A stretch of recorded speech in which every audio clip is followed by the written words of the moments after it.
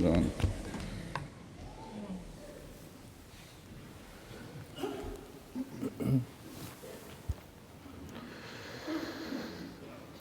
الله أكبر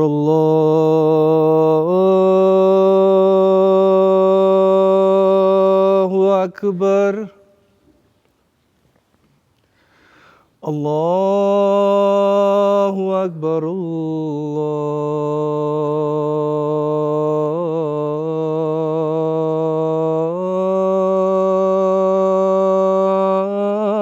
الله أكبر. أشهد أن لا إله إلا الله.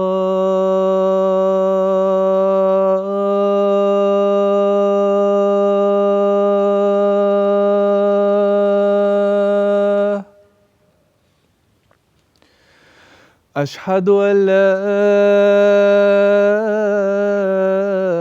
إله إلا الله.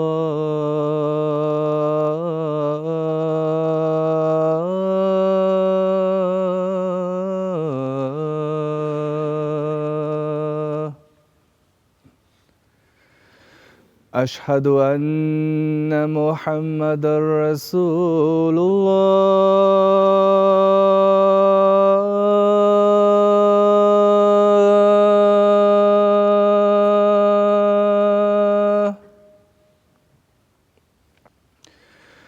أشهد أن محمدًا رسول الله.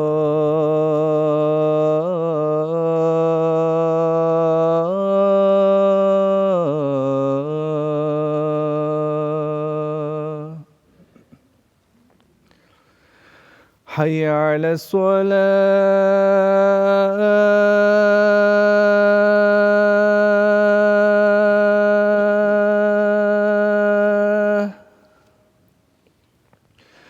حي على الصلاة.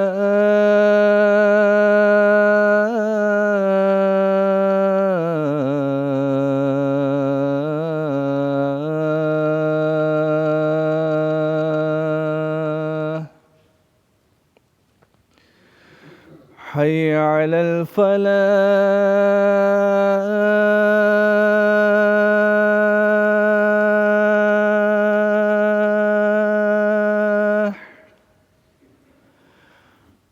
حي على الفلاح.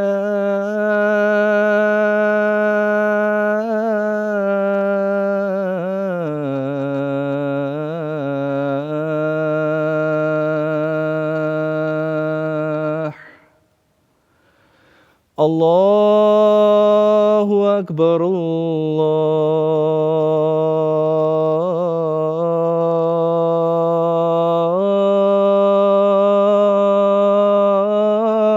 الله أكبر. لا إله إلا الله.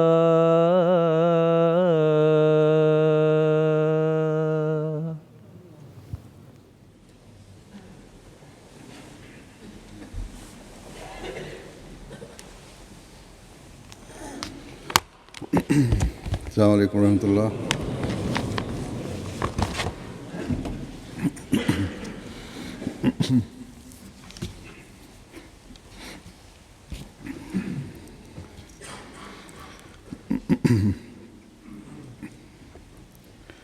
أشهد أن لا إله إلا الله وحده لا شريك له وأشهد أن محمدًا عبده ورسوله. أما بعد فأعوذ بالله من الشيطان الرجيم. بسم الله الرحمن الرحيم. الحمد لله رب العالمين. الرحمن الرحيم. مالك يوم الدين.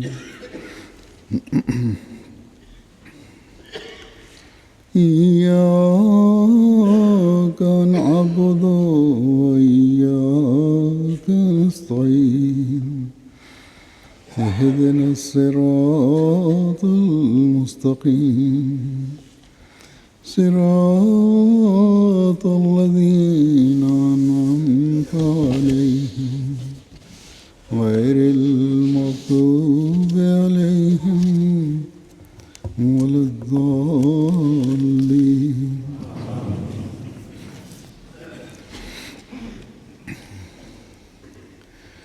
گزشتہ 2 جمعوں سے پہلے میں نے حضرت خلیفۃ المسیح ثانی کے خطبات کی روشنی میں چند خطبے عملی اصلاح کے بارے میں دیے تھے اور بعض اسباب بیان کیے تھے جو عملی اصلاح میں روک کا باعث بنتے ہیں، اور یہ بھی ذکر ہو گیا تھا کہ ان روکوں کو دور کرنے کی ضرورت ہے اگر ہم نے من حیث الجماعت اپنی عملی اصلاح کے اعلیٰ معیار حاصل کرنے ہیں۔ اور یہ بات بھی واضح کر دی گئی تھی کہ عمل کے متعلق ہماری روکیں عقائد کی روکوں سے زیادہ سخت ہیں۔ اس حوالے سے آج مزید ہی میں کچھ کہوں گا۔ ہمیں ہمیشہ یاد رکھنا چاہیے کہ حضرت مسیح موعود علیہ الصلوۃ والسلام کا مشن اور بعثت کا مقصد صرف عقائد کی اصلاح کرنا نہیں تھا۔ آپ نے واضح فرمایا ہے کہ بندے کا خدا تعالیٰ سے تعلق جوڑنا اور اعمال کی اصلاح کرنا یہ ضروری ہے، اس کے لیے آپ تشریف لائے ہیں۔ بندے کا ایک دوسرے کے حق ادا کرنا بھی ایک مقصد تھا، اور یہ سب باتیں اعمال پر منحصر ہیں۔ نیک اعمال بجا لا کر خدا تعالیٰ کا بھی حق ادا ہوتا ہے اور بندوں کا بھی حق ادا ہوتا ہے۔ حضرت مسیح موعود علیہ الصلوۃ والسلام نے ایک موقع پر فرمایا تھا کہ یاد رکھو، پہلے میں کئی دفعہ یہ چیزیں بیان کر چکا ہوں، فرمایا کہ یاد رکھو لفاظی اور لسانی کام نہیں آ سکتی جب تک کہ عمل نہ ہو۔ پھر ایک موقع پر فرمایا اپنے ایمانوں کو وزن کرو، عمل ایمان کا زیور ہے، اگر انسان کی عملی حالت درست نہیں ہے تو ایمان بھی نصیب نہیں ہے۔ بس اگر ہم نے حضرت مسیح موعود علیہ الصلوۃ والسلام کے مشن میں کارآمد ہونا ہے، آپ کے مقصد کو پورا کرنے والا بنانا ہے، تو یہ اسی صورت میں ہو سکتا ہے جب ہم میں سے ہر ایک اپنی عملی اصلاح کی روکوں کو دور کرنے کی بھرپور کوشش کرے، کیونکہ یہ عملی اصلاح ہی دوسروں کی توجہ ہماری طرف پھیرے گی، اور نتیجتاً ہم حضرت مسیح موعود علیہ الصلوۃ والسلام کے مشن کی تکمیل میں ممد و معاون بن سکیں گے۔ بس ہمیں سوچنا چاہیے کہ اس کے حصول کے لیے ہم نے کیا کرنا ہے، کیونکہ ہمارے غالب آنے کا بہت بڑا ہتھیار ایک عملی اصلاح بھی ہے۔ ہماری اپنی اصلاح سے ہی ہمارے اندر وہ قوت پیدا ہوگی جس سے دوسروں کی اصلاح ہم کر سکیں گے۔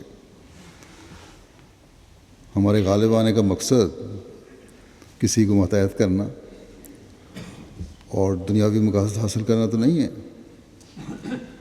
بلکہ دنیا کے دل اللہ تعالیٰ اور اس کے رسول مقبول صلی اللہ علیہ وسلم کے قدموں میں لا کر ڈالنا ہے۔ لیکن اگر ہمارے اور دوسروں میں کوئی فرق نہیں ہے تو دنیا کو کیا ضرورت پڑی ہے کہ ہماری باتیں سنیں۔ بس ہمیں اپنی عملی قوتوں کو مضبوط کرنے کی ضرورت ہے، اور پھر مضبوطی کے ساتھ اس پر قائم رہنے کی ضرورت ہے۔ خود دوسروں سے مروب ہونے کے بجائے دنیا کو مروب کرنے کی ضرورت ہے۔ آج کل جب کہ دنیا میں لوگ دنیا داری اور مادیت سے مروب ہو رہے ہیں، ہمیں پہلے سے بڑھ کر اپنی حالتوں پر نظر رکھنے کی ضرورت ہے، اور یہ نظر رکھتے ہوئے اپنے آپ کو دنیا کے روب سے نکالنے کی ضرورت ہے، اور دنیا کو بھی ان شیطانی حالتوں سے نکالنے کی ضرورت ہے، تاکہ اللہ تعالیٰ کا حق ادا کرنے والے ہم بن سکیں اور دنیا کی اکثر آبادی بن سکیں۔ لیکن اس کے راستے میں بہت سی روکیں ہیں۔ اس کے لیے ہم نے اپنے اندر ایسی طاقت پیدا کرنی ہے کہ ان روکوں کو دور کر سکیں۔ ہمیں دنیا کے مقابلے کے لیے بعض قواعد تجویز کرنے ہوں گے جو ہم میں سے ہر ایک پر اپنے اوپر لاگو کرے اور اس کی پابندی پھر کرے۔ اس کے لیے ہمیں اپنے نفسوں کی قربانی دینی ہوگی اور ایک ماحول پیدا کرنا ہوگا۔ جب تک ہمیں یہ حاصل نہیں ہوتا، ہم کامیاب نہیں ہو سکتے۔ جیسا کہ میں گزشتہ ایک خطبے میں بتا چکا ہوں، آج کل دنیا سمٹ کر قریب تر ہو گئی ہے، گویا ایک شہر بن گئی ہے، بلکہ یہ کہنا چاہیے ایک محلہ بن گئی ہے۔ ہزاروں میل دور کی برائی بھی ہر گھر میں الیکٹرانک میڈیا کے ذریعے پہنچ گئی ہے، اور ہر ملک کی جو ہزاروں میل دور ہے اچھائی بھی ہر گھر تک پہنچ گئی ہے۔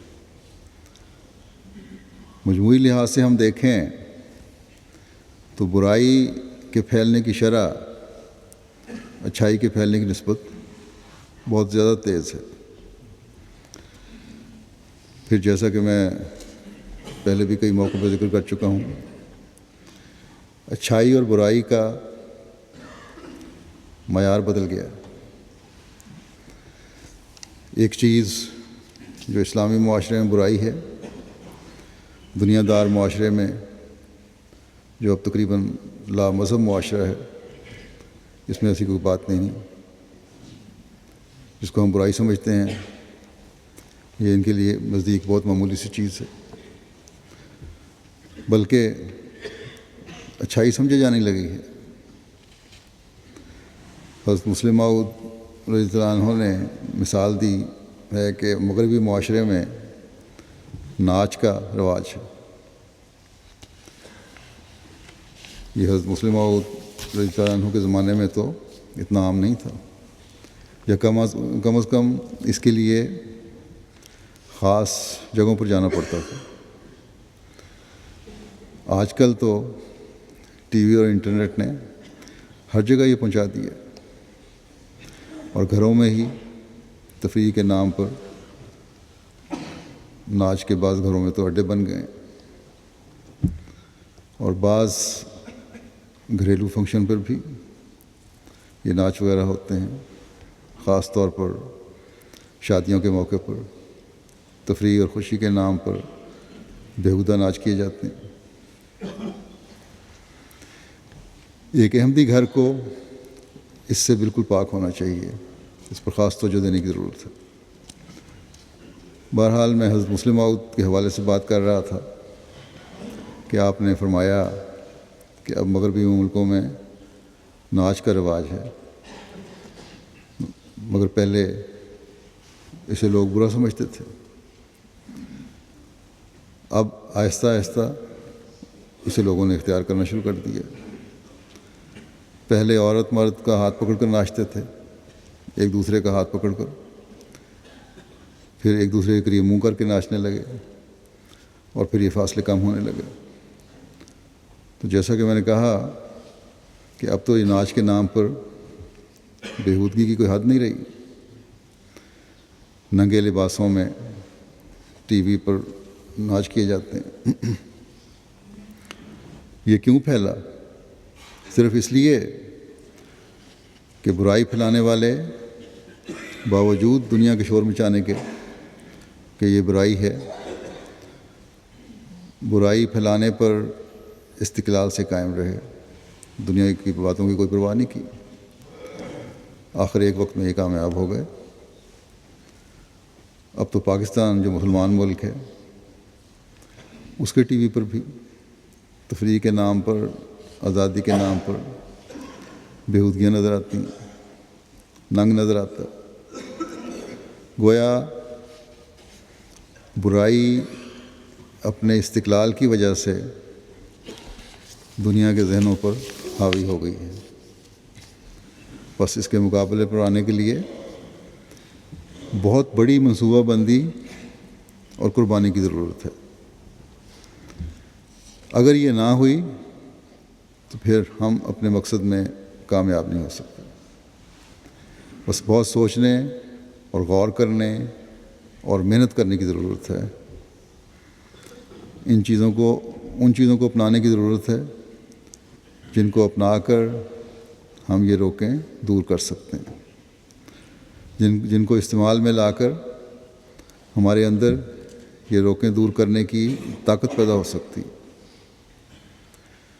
جس کی وجہ سے ہم برائیوں کا مقابلہ کر سکتے ہیں۔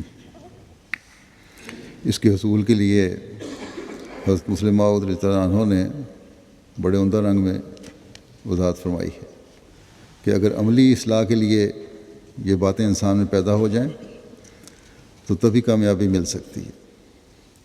اور یہ 3 چیزیں ہیں۔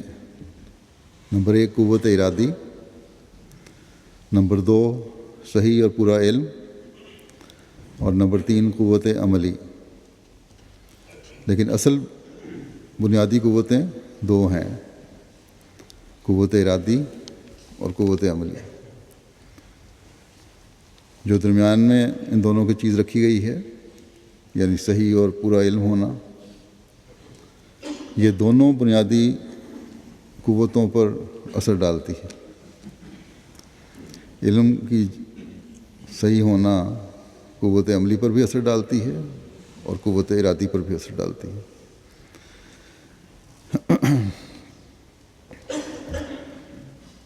بہرحال پہلے یہ بات ذہن میں رکھنی چاہیے کہ قوت ارادی اور قوت عملی ہی 2 بنیادی چیزیں ہیں جو عملی اصلاح پر اثر انداز ہوتی ہیں۔ اس کے لیے ہمیں قوت ارادی کو زیادہ مضبوط کرنے کی ضرورت ہے اور قوت عملی کے نقص کو دور کرنے کی ضرورت ہے۔ ہمارا ارادہ اگر مضبوط ہو کسی برائی کو روکنے کا تو تبھی وہ برائیاں رک سکتی ہیں، اور ارادے کی مضبوطی اس وقت کام آئے گی جب عمل کرنے کی قوت جو ہے، طاقت جو ہے ہمارے اندر، اس کی کمزوری جو ہے اس کو دور کریں، اس کے نقص کو دور کریں۔ اس کے بغیر اصلاح نہیں ہو سکتی۔ جب ہم جائزہ لیتے ہیں اس پہلو سے کہ ہماری قوت ارادی کیسی ہے، تو ہمیں نظر آتا ہے کہ جہاں تک ارادے کا تعلق ہے اس میں بہت کم نقص ہے، کیونکہ ارادے کے طور پر جماعت کے تمام یا اکثر افراد ہی تقریباً یہ چاہتے ہیں کہ ان میں تقوی اور طہارت پیدا ہو، وہ اسلامی احکام کی اشاعت کر سکیں، اللہ تعالیٰ کی محبت اور اس کا قرب حاصل کر سکیں۔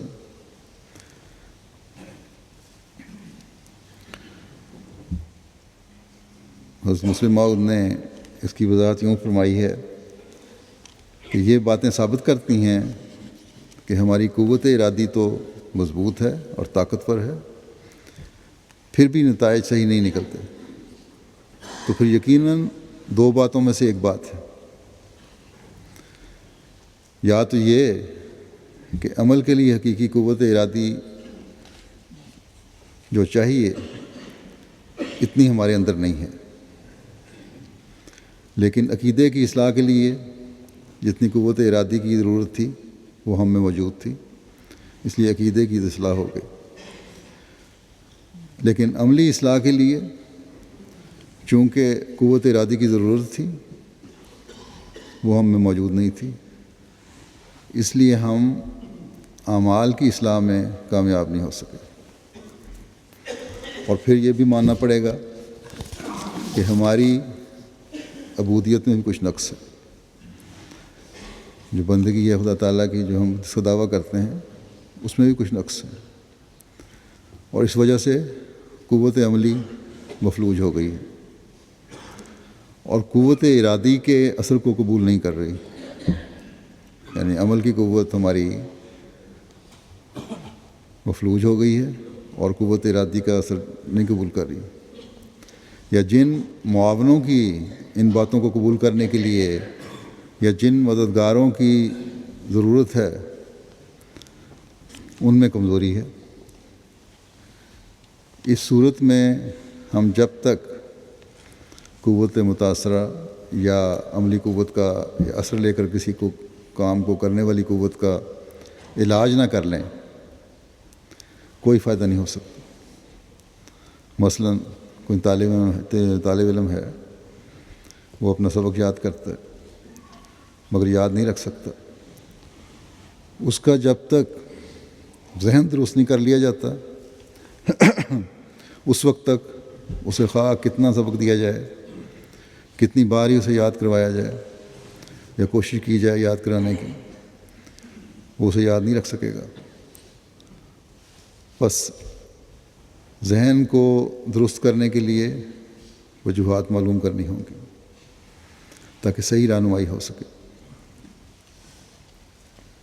یا پھر سبق یاد کروانے کا طریقہ بدلنا ہوگا۔ پاکستان میں پڑھنے والے بہت سے طالب علم وہاں یہ رواج ہے رٹا لگا کر ہر چیز یاد کر لی، چاہے سمجھ آئے نہ آئے، اور اسی طرح تیاری کرتے ہیں، اور اس میں بڑی مہارت ہوتی ہے ان کو، ایک ایک لفظ کتاب کو بعضوں کو یاد ہو جاتا ہے۔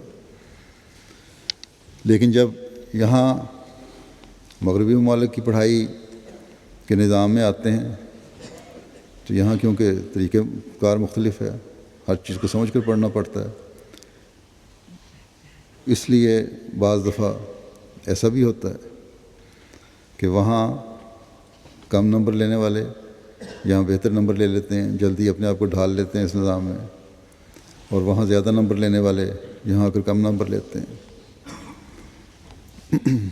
ربوہ میں ہمارے جماعتی اسکولوں کو جب بعض مجبوریوں کی وجہ سے حکومت کے بورڈوں سے علیحدہ کر کے ہم بورڈ کے ساتھ منسلک کیا گیا، رجسٹر کروایا گیا، تو وہاں کیونکہ امتحان کا طریق مختلف تھا تو بہت سے طلباء نے لکھا کہ ہم جتنے نمبر عام پاکستانی جو نظام تعلیم ہے اس کے امتحانات میں لیتے تھے ایسا نہیں اب نہیں لے سک رہے، اور ہمیں سمجھ بھی نہیں آتی کیا ہو گیا۔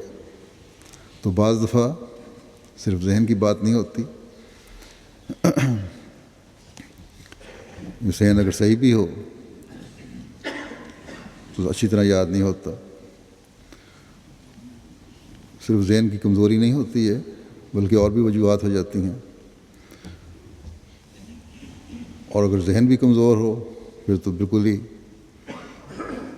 مشکل پڑ جاتی ہے، پھر یاد کروانے کے طریقے بدلنے پڑتے ہیں۔ یہاں ایسے کمزور ذہن بچوں کے لیے بھی خاص اسکول ہوتے ہیں، ان کو توجہ دیتے ہیں، اور بعض دفعہ وہی کمزور ذہن بچے بڑے اچھے بچے پڑھائی میں نکل آتے ہیں۔ تو بہرحال عملی طریق بھی جو ہے وہ پریشان کر دیتا ہے اور کامیابی نہیں ملتی اگر اس کو صحیح طریق کو اپنایا نہ جائے۔ بس جو عملی طریق کسی کام کرنے کے لیے تجویز ہوا ہے دماغ کو بھی اس کے مطابق ڈھالنے کی ضرورت ہے، اس کے بغیر کامیابی ممکن نہیں۔ بس ہمیں اپنی عملی اصلاح کی حالتوں کے لیے بھی اس طرف دیکھنا ہوگا، ہمیں دیکھنا ہوگا کہ ہماری نیکی کے ارادے سے دماغ کے اس حصے پر یا ہماری نیکی کے ارادے دماغ کے اس حصے پر کیوں اثر نہیں کرتے، جس پر اثر ہونے کے نتیجے میں عملی اصلاح شروع ہو جاتی ہے۔ ہمیں ان روکوں کو دور کرنے کی کوشش کرنی چاہیے جو اس راستے میں حائل ہوتی ہیں۔ پھر دیکھنا ہوگا کہ ہمارے عبودیت کے معیار کیا ہیں۔ ہمیں دیکھنا ہوگا کہ ہماری عملی کوشش میں نیک نیتی اور اخلاص و وفا کتنا ہے۔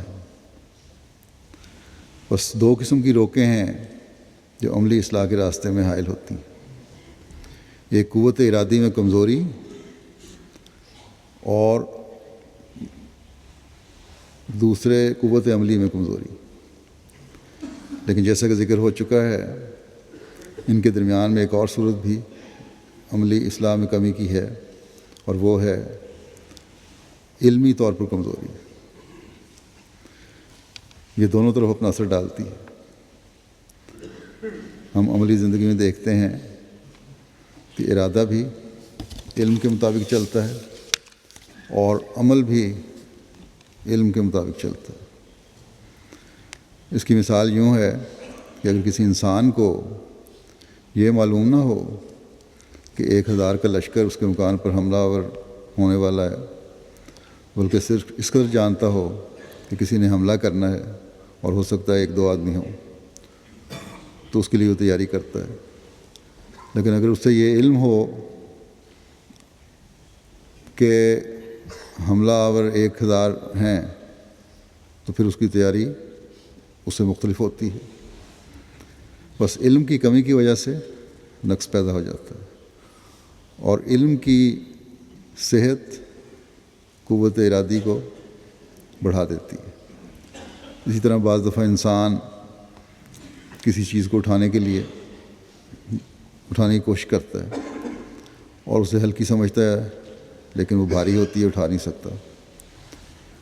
لیکن جب ایک دفعہ اندازہ ہو جائے کہ یہ بھاری ہے، پھر زیادہ قوت صرف کرتا ہے، زیادہ طاقت لگاتا ہے، اٹھانے کا طریق بدل لیتا ہے، تو پھر اس کو اٹھا بھی لیتا ہے۔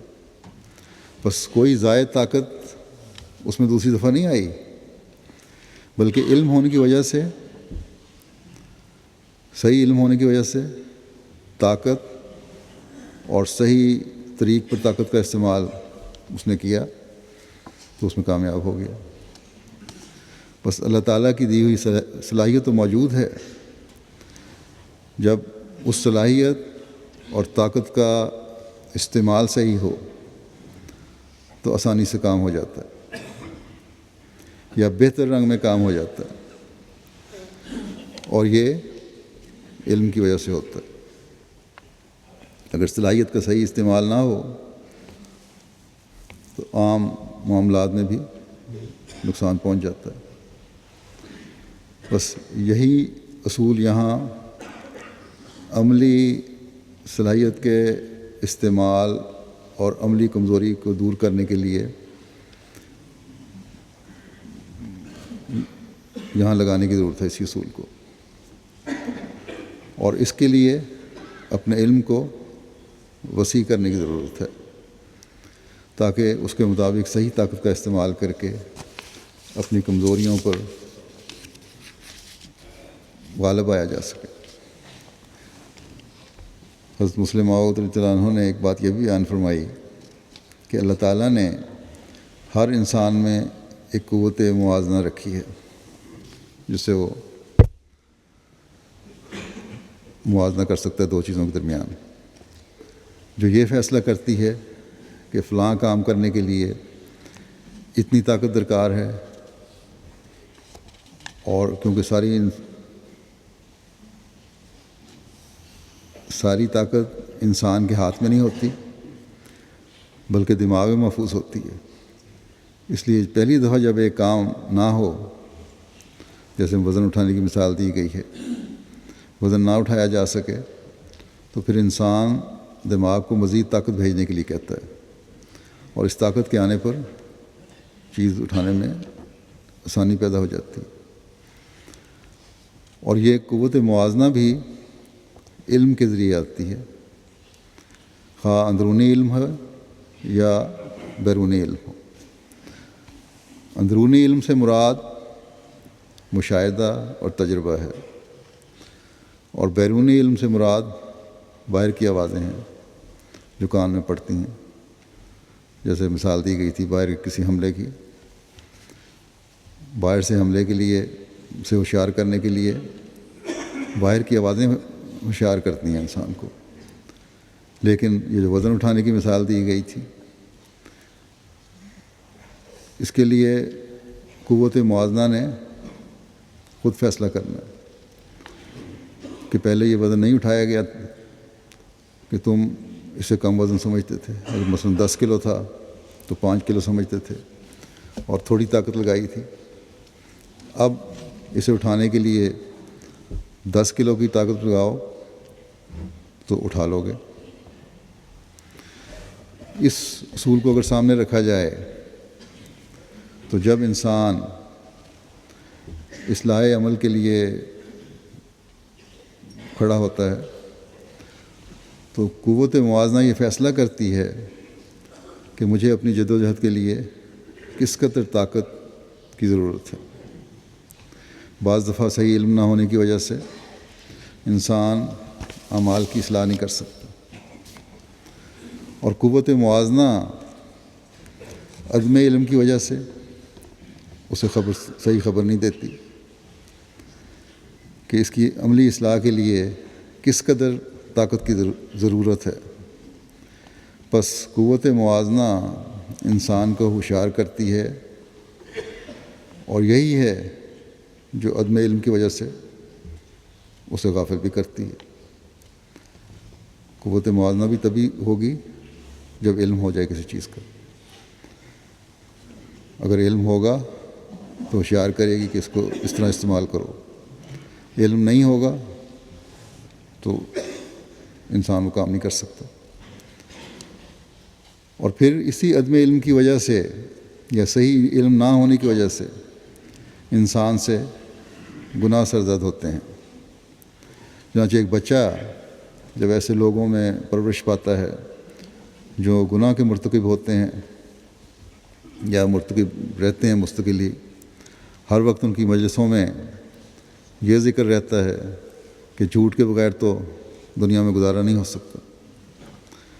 یہاں میں اس بات کو ذکر کرنا چاہتا ہوں کہ یہاں جو اسالم لینے والے آتے ہیں، یہ پتہ نہیں کیوں اکثریت کے ذہنوں میں یہ بات راسخ ہو گئی ہے کہ لمبی کہانی بنائے بغیر اور جھوٹی کہانی بنائے بغیر ہمارے کیس پاس نہیں ہوں گے۔ حالانکہ کئی مرتبہ میں کہہ چکا ہوں کہ اگر مختصر اور صحیح بات کی جائے تو کیس جلدی پاس ہو جاتے ہیں۔ کئی مثالیں میرے سامنے ہیں ایسی، کئی لوگوں نے مجھے بتایا ہے کہ انہوں نے مختصر سی اور سچی بات کی ہے اور چند دنوں میں کیس پاس ہو گیا۔ اس کے لیے تو یہی کافی ہے کہ دماغی ٹارچر اب ان سے برداشت نہیں ہوتا، جہاں ہر وقت اپنا بھی دھڑکا ہے اور اپنے بچوں کا بھی دھڑکا ہے۔ بہت ساری پریشانیاں ہیں، اسکول نہیں جا سکتے، اسکولوں میں تنگ کیے جاتے ہیں، تو اس طرح کی بہت ساری چیزیں ہیں۔ تو اکثریت کیس جو ہیں وہ اسی بات پر پاس ہو جاتے ہیں۔ بس سچائی پر قائم رہنا چاہیے اور پھر خدا تعالیٰ پر توکل بھی کرنا چاہیے۔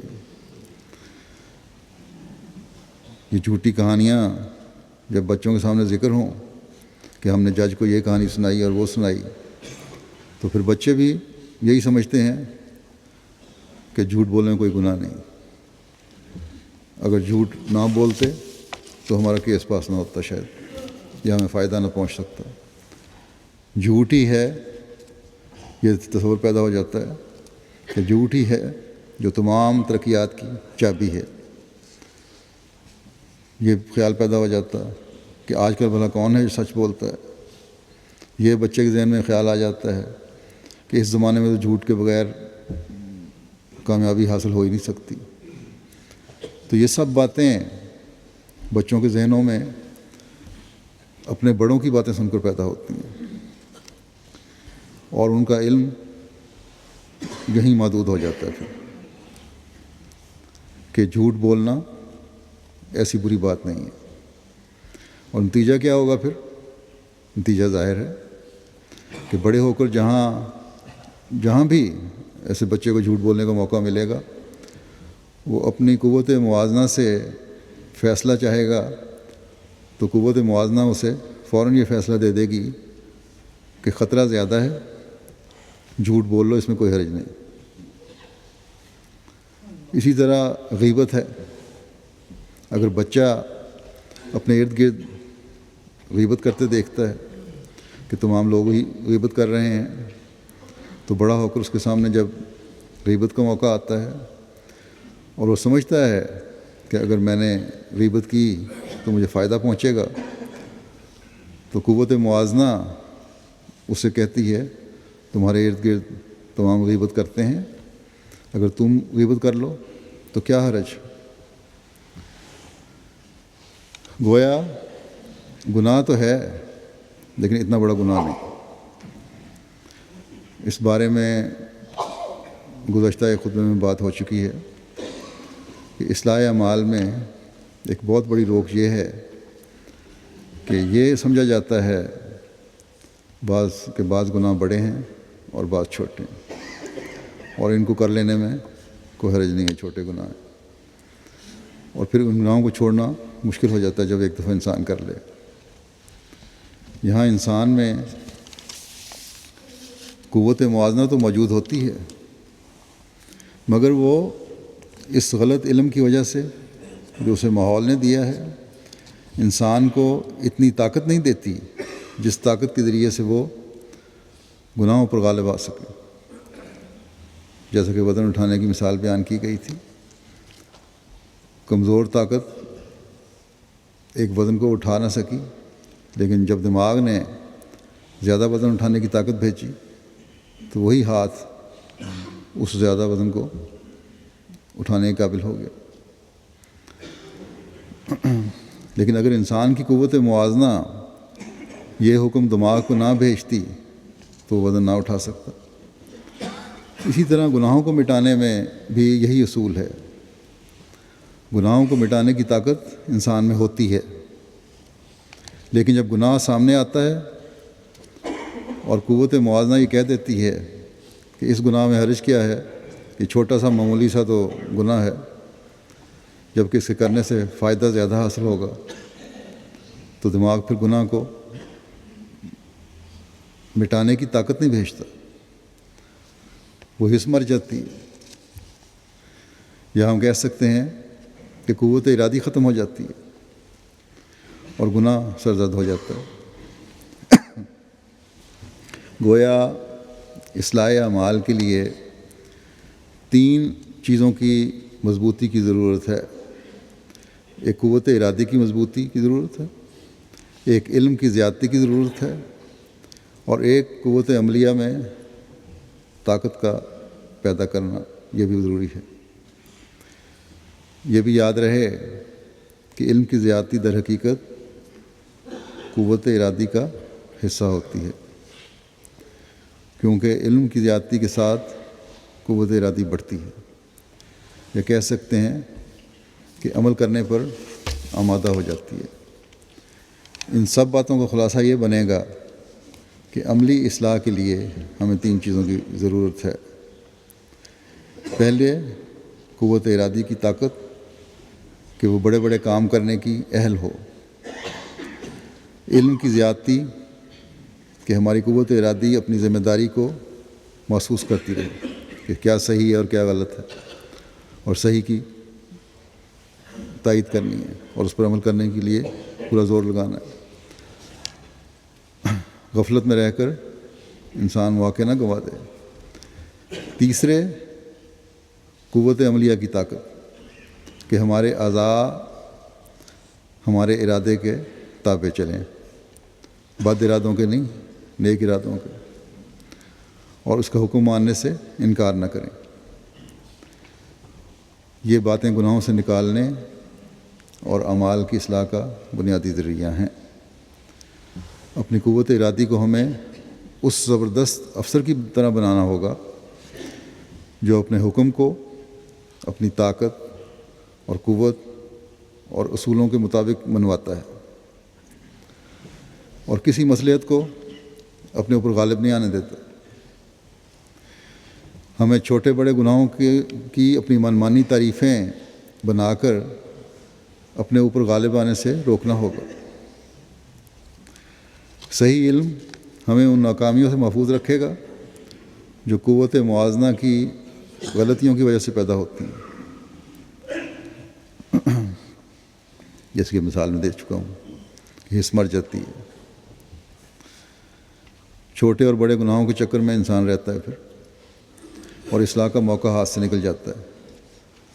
اور بعض دفعہ یوں بھی ہوتا ہے کہ عدم علم کی وجہ سے قوت ارادی فیصلہ ہی نہیں کر سکتی کہ اسے کیا کرنا ہے یا کیا کرنا چاہیے۔ اسی طرح جب قوت عملیہ مضبوط ہوگی تو وہ قوت ارادی کے ادنیٰ سے ادنیٰ اشارے کو بھی قبول کر لے گی۔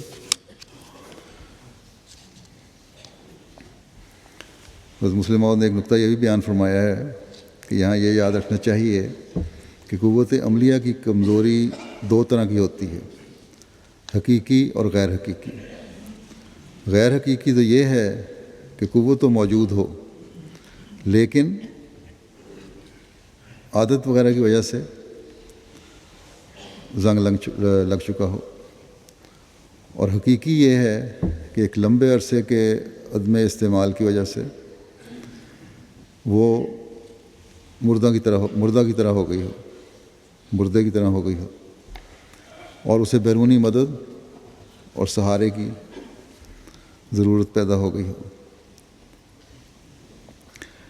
غیر حقیقی مثال ایسے شخص کی ہے جسے طاقت تو یہ ہو کہ 1 من بوجھ اٹھا سکے، 40 کلو وزن اٹھا سکے، لیکن کام کرنے کی عادت نہ ہونے کی وجہ سے جب اسے بوجھ اٹھانے کا کہو تو اسے گھبراہٹ چھٹ جاتی ہے، پریشانی شروع ہو جاتی ہے۔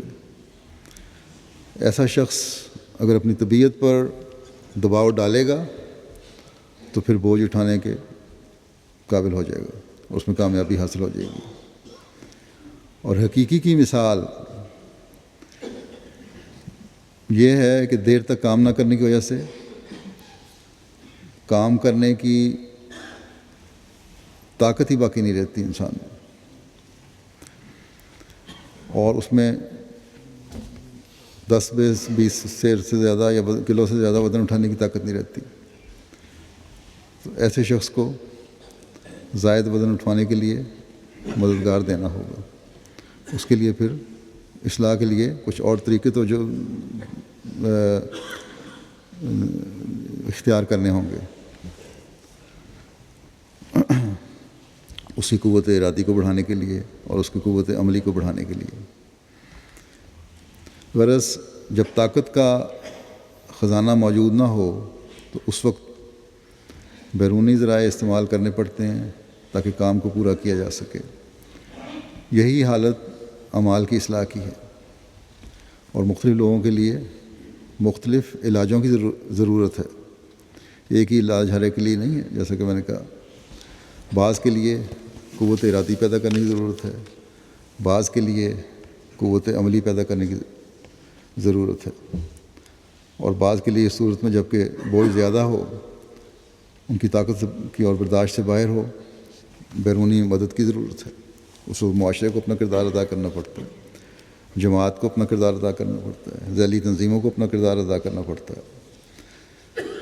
بس ہمیں اپنی عملی اصلاح کے لیے ان باتوں کی طرف توجہ دینے کی ضرورت ہے، ان باتوں کو پیدا کرنے کی ضرورت ہے، اپنی قوت ارادی کو مضبوط کرنے کی ضرورت ہے، قوت عملی کو مضبوط کرنے کی ضرورت ہے، تاکہ ہم حضرت مسیح علیہ الصلوۃ والسلام کے بعثت کے مقصد کو پورا کرنے والے ہوں، اور ہماری صلاحیتیں جو ہیں اللہ تعالیٰ نے جو ہمیں طاقتیں دی ہیں وہ زنگ لگ کے ختم نہ ہو جائیں۔ اس کی مزید وضاحت انشاءاللہ تعالیٰ آئندہ میں کروں گا۔ آخر میں حضرت مسیح علیہ الصلوۃ والسلام کے ارشادات پیش کرتا ہوں۔ آپ نے فرمایا کہ اللہ تعالیٰ سے اصلاح چاہنا اور اپنی قوت خرچ کرنا یہی ایمان کا طریقہ ہے، یہی ایمان کا طریق ہے۔ بس اللہ تعالیٰ سے اصلاح چاہنا، اپنی قوت ارادی کو دعا کے ذریعے سے مضبوط کرنا ہے، اور قوت کا خرچ کرنا قوت ارادی اور قوت عملی کا اظہار ہے۔ جب یہ اظہار اعلیٰ درجے کا ہو جائے تو یہی ایمان ہے، اور پھر بندہ ہر کام خدا تعالیٰ کی رضا کے لیے کرتا ہے، اس کی رضا کے حصول کی طرف توجہ رہتی ہے۔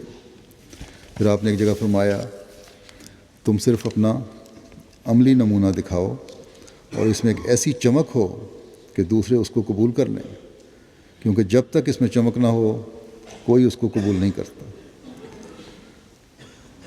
جب تک تمہاری اندرونی حالت میں صفائی اور چمک نہ ہوگی کوئی خریدار نہیں ہو سکتا۔ جب تک تمہارے اخلاق اعلیٰ درجہ کے نہ ہوں کسی مقام تک نہیں پہنچ سکو گے۔ بس عملی حالتوں کی درستی کے لیے بہت محنت اور مسلسل نظر رکھنے کی ضرورت ہے، تاکہ ہر احمدی اپنے احمدی ہونے کے مقصد کو پورا کر سکے۔ حضرت مسیح موعود علیہ السلام کی خواہش کے مطابق اپنے آپ کو ہم حقیقی مسلمان بنا سکیں۔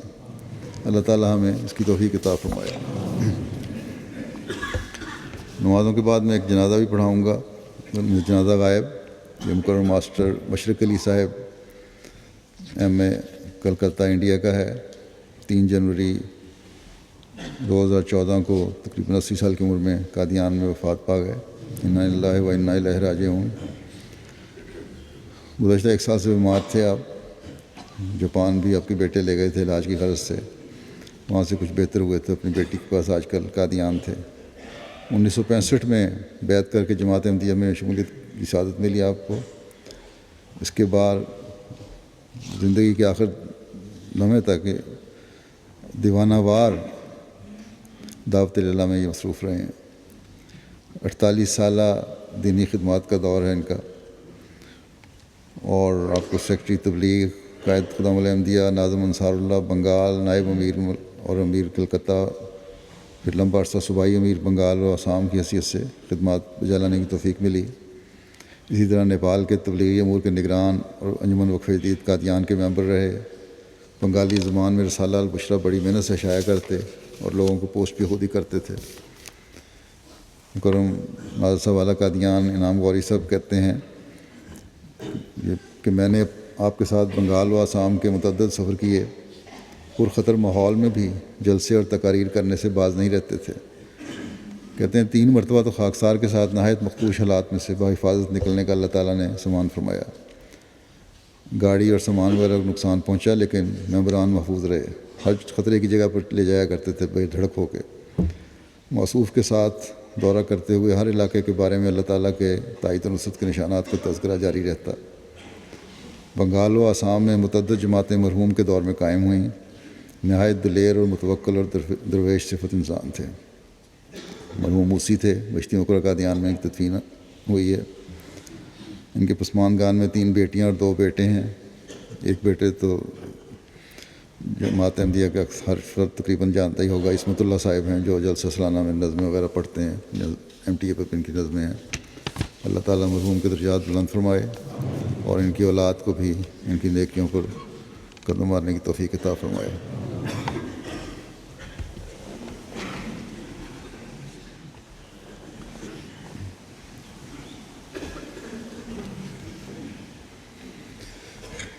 الحمد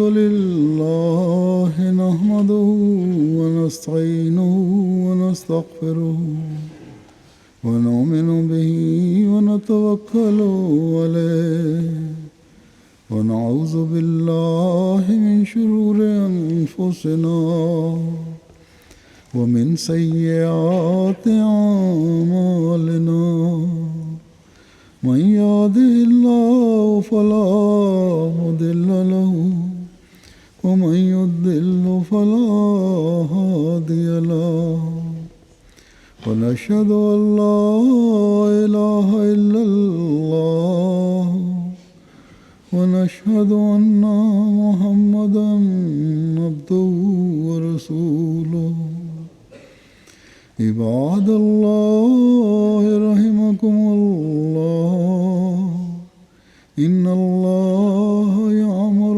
بالعدل والإحسان وإيتاء ذي القربى وينهى عن الفحشاء والمنكر والبغي يعظكم لعلكم تذكرون اذكروا الله يذكركم وادعوه يستجب لكم ولذكر الله أكبر